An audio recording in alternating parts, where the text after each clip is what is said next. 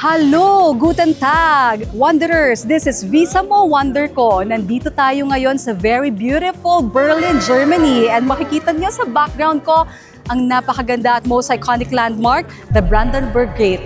Dito sa gate na to, nagsisignify ng unification sa buong Germany. So pag-usapan natin, family visit visa, kayo ba ay may AFAM na asawa at may mga kapamilya at mahal sa buhay na nandito sa Europa?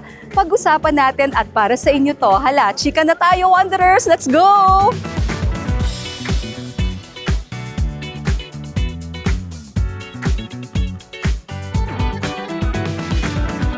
Kayo ba ay may mga kapamilya, asawa, anak, magulang na nasa Europa? At kayo ba ay may AFAM na asawa o jowa? Actually, family visit visa ito. So pag-uusapan natin kung meron kayong mga AFAM na asawa, ito, perfect na perfect ito. Kasi ngayon, yan ang nangyari sa amin ng asawa ko. So ipapakilala ko sa inyo kung sino makakasama natin sa chikahan natin about this visa. Tawagin na natin ang aking one and only Papa Ollie. Ayan, ito ang aking asawa. Excited na ako. Excited ka? Yeah. Sige, introduce yourself muna sa ating Wanderers. Ako si Oli. Born and raised in Germany. I do not look like German, but I'm the first generation immigrant here. Kaya medyo ang aking Tagalog is medyo mahirap. Okay, so yan, dahil nahirapan ka mag-Tagalog, gagawin natin more challenging itong pag-uusap na to. So lahat ng i-explain natin, pag sinabi mo, kailangan Tagalog yung sagot mo. Okay ba yun sa'yo? I'm in danger! English pwede? No, Tagalog. Ako lang ang pwede mag-Taglish or mag-English or mag-Tagalog. Pero ikaw kailangan pure Tagalog para practicein natin yung pagka-Pilipino mo kasi mukha namang Pinoy, diba? So, kailangan panindigan mo yung pagiging Pinoy mo. Susubukan ko. So, eto nga pala yung background natin dito is the Parliament of Berlin. Alam nyo naman, habang nagchichikahan tayo, kailangan makita ninyo ang ganda ng Berlin. So, di ba nag-paksal tayo sa Pilipinas? And Yes. then, nag-pandemic, tama? Yes. Ever since kasi meron naman na akong visa dito sa Europe, talaga nakakakuha ako ng tourist visa. Pero nung pandemic, naranasan ko na hindi pala pwedeng kumuha ng tourist visa. So, kailangan natin mag-apply ng family visit visa. So, nauna kang pumunta sa Germany and sumunod ako, ano ba yung mga ginawa natin na step by step at ano ba yung mga requirements na binigay natin para makakuha ako ng family visit Schengen visa. So, first of all, naalala mo gumawa ka ng invitation. Tama? Tama. Okay, so ikwento mo nga ano ba ang nilagay mo sa invitation? Bakit ka natawa? Ganito.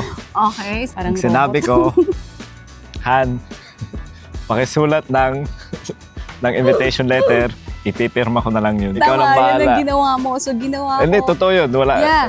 Totoo yun. Joke. Ginawa ko sa English kung ano yung gusto kong laman ng letter and then translate mo sa... Yung sulat, kailangan in German, in Deutsch.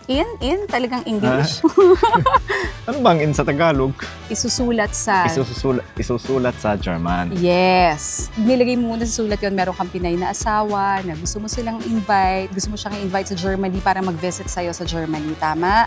And then doon nilagay mo rin na kung saan address. So, importante yun, Wanderers, kailangan ilagay sa sulat ano ba ang address na saan nakatira ang iyong sponsor, yung nag-i-invite sa'yo, nag-sponsor sa trip mo dito. Sponsor means just invitation, hindi naman necessarily financial sponsor, but yung sponsor mo for the invitation. So, address, and then of course, nakalagay doon ang email address mo, ang contact number mo, at most importantly, yung nakalagay doon yung mga proof of financial capacity mo. Okay? So, pangalawa na yon. So, ibig sabihin sa sulat, ulitin mo nga, Tagalogin mo nga lahat ang sinabi ko.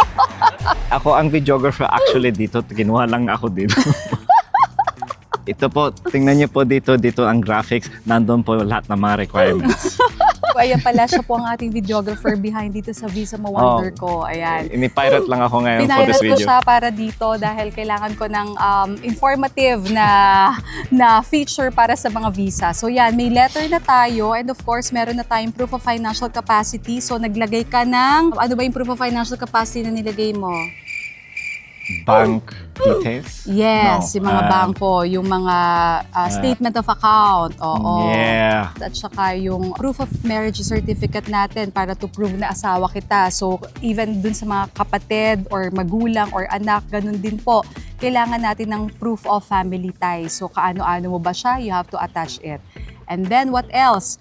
Ang proof of financial capacity, hindi lang sa sponsor. Kung ang iniimbita, or like me, meron po akong negosyo sa Pilipinas, I have a travel agency, so inattach ko na rin yung mga personal documents ko at saka mga bank ko, yung mga financial documents ko para din mapakita sa consul na I am also qualified at hindi ako nakadepend sa kanya. Pero hindi ibig sabihin na wala kayong negosyo or wala kayong trabaho kung kayo naman ay plain housewife or kayo po ay sinusuport ng asawa ninyo, pwede rin po kayong mag-apply. Ang i-attach ninyo instead of your own personal document, yung financial document ng asawa ninyo. And then, of course, nag-attach tayo ng travel insurance. It's very important, mandatory yan sa pagkuha ng Schengen visa. Kailangan natin ng travel insurance worth 50,000 coverage, diba?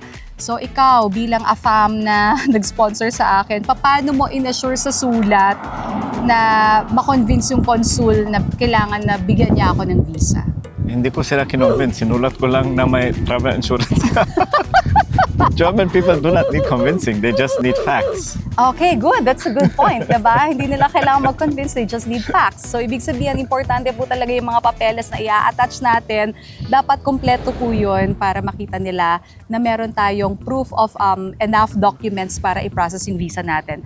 So, after that, ano pa ba yung inilagay natin? Of course, yung flight itinerary, kailangan din po natin para malaman kung anong date ang in and out ninyo sa Germany. And dapat tally din yun dun sa content ng invitation mo kung saan nakalagay din ang dates dun sa invitation letter mo. So dapat po tally-tally hindi pwede yung ticket mo iba dun sa date na nakalagay sa invitation kasi nakikita ng konsul yun and it might lead to visa denial kung hindi natin lahat pinagtatali-tali yung ating mga dokumento. So ganun lang po kasimple, yun yung mga basic requirements. Pero of course, hindi po siya one size fits all. Ito po ay pinag-uusapan namin about sa akin at dun sa asawa ko. Since we have independent documents, mas naging madali para sa amin.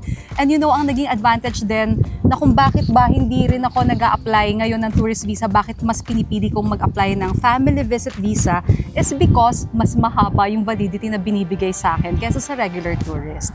So for now, ang aking visa validity is I think 2 years.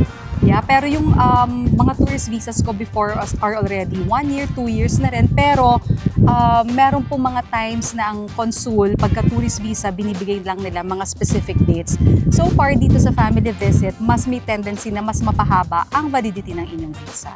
So that's it. Yun lang naman ang ating mga kailangan para sa process na to. But of course, kung meron pa tayong ibang mga kwento sa buhay at kung may mga iba pa kayong issue sa mga afam ninyo na hindi kasing simple or medyo mas complicated kesa sa amin, yun naman ay on case-to-case basis, pag-uusapan pa rin natin yan. And you are free to approach us, of course, Uniwonder Travel, para po ma-assist po namin kayo kung ano man ang scenario ng application ninyo.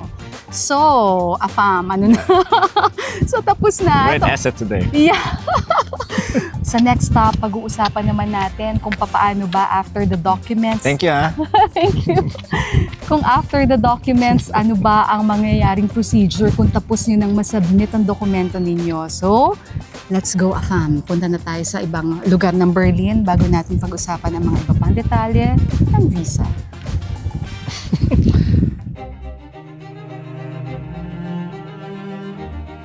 So nakikita natin ngayon ang Berlin Wall. This is the topography of terror. So that's the outer wall. And then this is the inner wall. Grabe, hindi ko ma-imagine dito ako nakatayo kanina habang nagsasalita sa inyo. So this was the scene nung panahon ng World War II. Achtung is caution.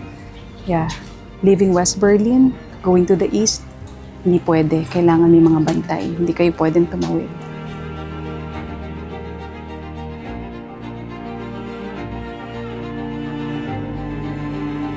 Wanderers, this is the Holocaust Memorial. So makikita ninyo dito, inopen ito noong 2005 to commemorate yung lahat ng mga pinatay ng mga Jewish people composed of 6 million wanderers. Grabe, 6 million Jewish are in-execute dito sa regime ni Adolf Hitler during the World War II. Actually, hindi siya yung mismong execution place, pero tinayo ito to commemorate para maantig ang puso ng mga tao at maalala nila kung papaano ang mga milyon-milyong tao ay na-execute noong World War II.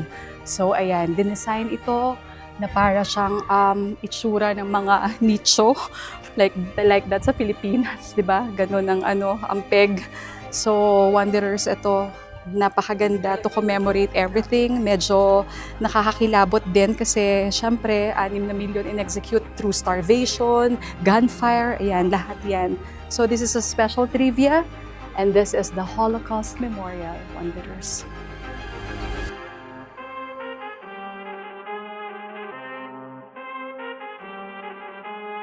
Ang ganda talaga ng Berlin. Grabe, at ang ganda ng weather. Ganda, May this is araw the second dito. shot, Wait the second take pala.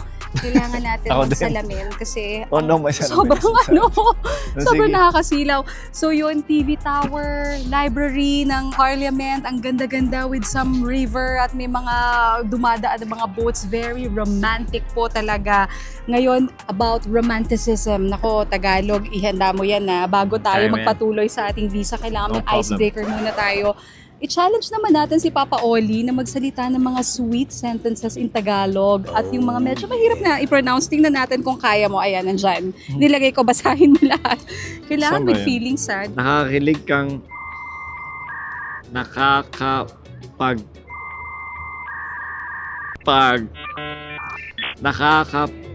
Pabagabag. pabagabag habang naglalambing sa ilalim ng kumukuti-kuti tap ng buwan.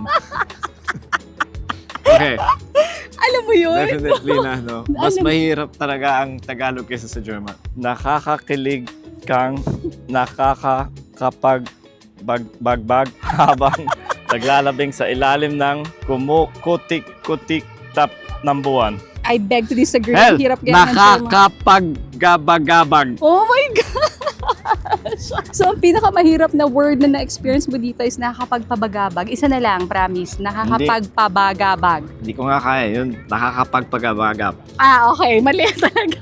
Hindi niya talaga kaya. Pero in fairness, ang galing niya ha. Ang galing mo na talaga mag-Tagalog. Pasado ka na talaga.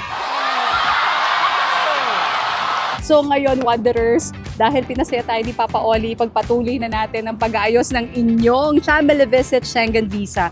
So natapos na tayo sa requirements. Of course, kailangan na nating mag-schedule sa visa center para sa inyong appointment, para dalhin ang inyong documents at mag-biometrics kayo sa visa center. So pag may schedule na kayo, of course, you have to go to the visa center, submit, biometrics, and then after that, intay na lang tayo ng result kung kailan marirelease ang inyong Schengen visa.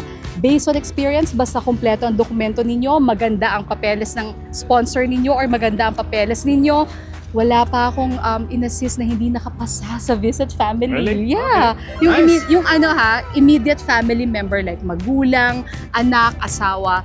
I think because when I screen it, pag tinitingnan ko muna talaga kung anong kulang, and then kung may kulang, talagang pinipilit nating punan yon para naman worth it ang pag-apply ng mga Wanderers natin. So that's it, Wanderers. After that, hihintayin.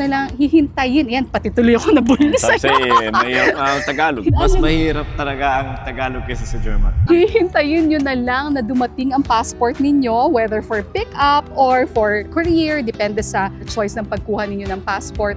So pag na-deliver na sa inyo, you will have your Schengen visa and you will be able to explore the Schengen countries, and one of this is Germany, ang hometown ng aking afamer. So that's it, mga Wanderers. Thank you so much for joining us today. And of course, please don't forget to like, subscribe, and hit the bell button kasi dito kayo matututo kung paano mga visa hacks and embassy hacks para sa pag-a-apply ng iba't ibang klase ng visa ninyo. So again, this is Amy Wonder, and until our next episode, so halika na honey, mamasyal muna tayo. Bye!